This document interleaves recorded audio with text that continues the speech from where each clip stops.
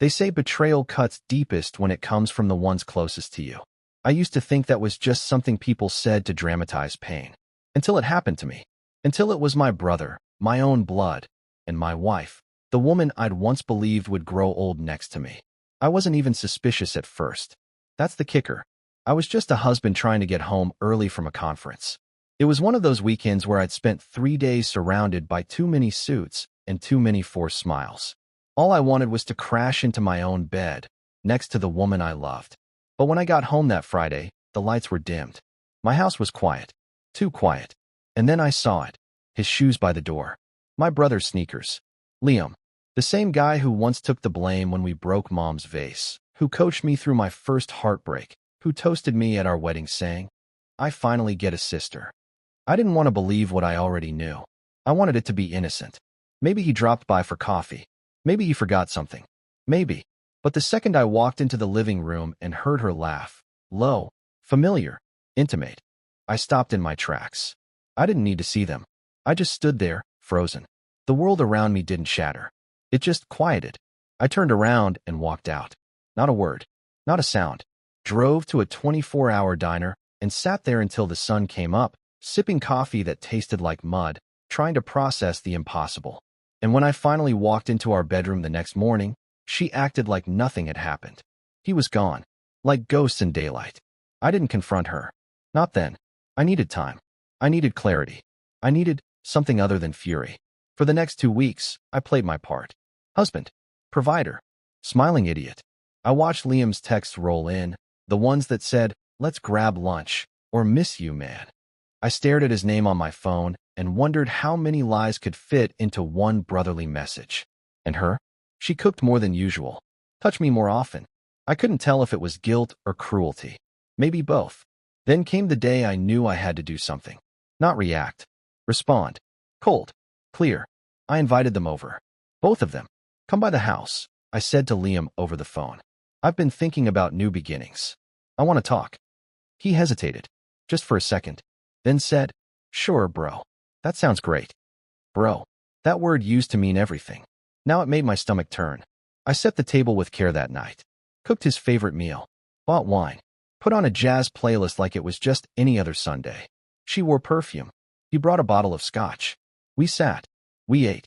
We laughed. And I played the fool so well, I almost believed myself. Then, halfway through dinner, I stood up, walked to the cabinet, and pulled out a small velvet box. I placed it between them. "What's this?" she asked. "A gift," I said. "For both of you. A new start." They looked at each other, confused, but curious. She opened the box. Inside, my wedding ring. And beneath it, a folded piece of paper. A subpoena. Filed 2 days ago. Divorce proceedings initiated. Citing adultery. With the correspondent's name already printed. Liam's hand shook when he reached for it. Her face drained of color. I looked at both of them, not smiling. Just calm. "I forgive you," I said, voice even. But forgiveness doesn't mean forgetting.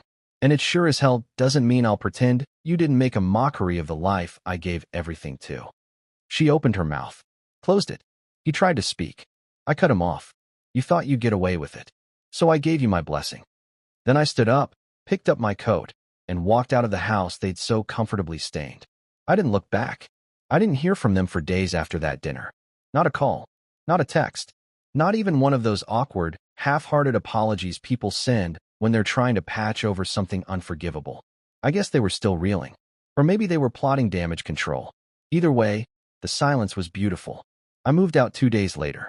Left the house I'd paid for, the home I'd built, and let them sit in it like squatters in the ruins of something they didn't appreciate. I didn't take much, just a few boxes, some clothes, my records, and the signed affidavit from the private investigator who had been tailing them for months. Oh, did I forget to mention that part? See, the thing about betrayal is, it gives you clarity. You start noticing patterns. Odd late-night walks. Mysterious receipts. That time she came home with a faint scent of cologne that wasn't mine. So I hired a guy. Quiet. Efficient. Not cheap, but worth every dollar. What he gave me wasn't just proof. It was a roadmap. Dates. Hotels. Times Liam should have been working, and instead was working on my marriage. With that in hand, my lawyer had a field day. You know what makes a divorce easy? Evidence.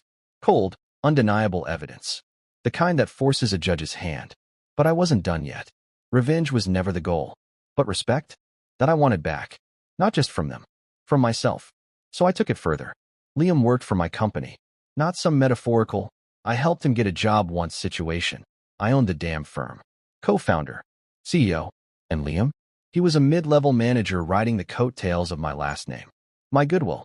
I called HR. Had them schedule a meeting. He walked in like a man expecting a promotion. Left with a severance envelope and a security escort. Cause listed, breach of conduct. He tried to argue. Said it was personal. It became personal, I told him, when you started sleeping with your brother's wife during company events. He stammered. His face turned a kind of red I didn't know humans could reach. I told him he could keep the scotch. Consider it parting gifts. Then came her. I didn't confront her again. I didn't scream. I didn't even show up in court. I let the paperwork do the talking. Let the asset list roll in like a tide she couldn't stop. She thought she was clever, moving funds into her cousin's account. Too bad the cousin talked when my lawyer waved the threat of fraud. She lost the car. Lost the furniture. Kept the house for now. But I made sure to transfer the mortgage solely into her name. She'd need both hands to juggle that, and her guilt. They thought they'd get away with it. That's the part that stays with me. Not the betrayal, not even the affair. It's the arrogance. The belief that I was too naive to notice, too weak to act, too desperate to leave. They thought love made me blind. But love just gave me time. And time gave me power. Weeks passed. Months. I started waking up without that weight on my chest. No more wondering if I was being lied to. No more checking her phone when she left the room. Just silence. Peace. One night, I ran into Liam at a grocery store. He looked older. Thinner. Like a man trying to disappear into himself. He didn't say a word. Neither did I. Just stared at each other for a moment. Then I walked past him. A ghost from a life he ruined and would never reclaim. She messaged me once. Just one line. Do you ever think about us? I replied with a photo of the velvet box. Empty now. Ring gone. Captioned. All I think about is how lucky I was to find out in time. Then I blocked her. People think forgiveness is a gift for the one who hurt you. It's not. It's a release valve for your own sanity.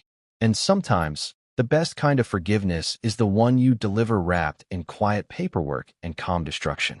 So yeah, I gave them my blessing. And a gift they'll never forget. Not out of hate. Not even out of vengeance. Just a reminder. You can betray a man once. But if he rebuilds right, he'll never let you close enough to try again.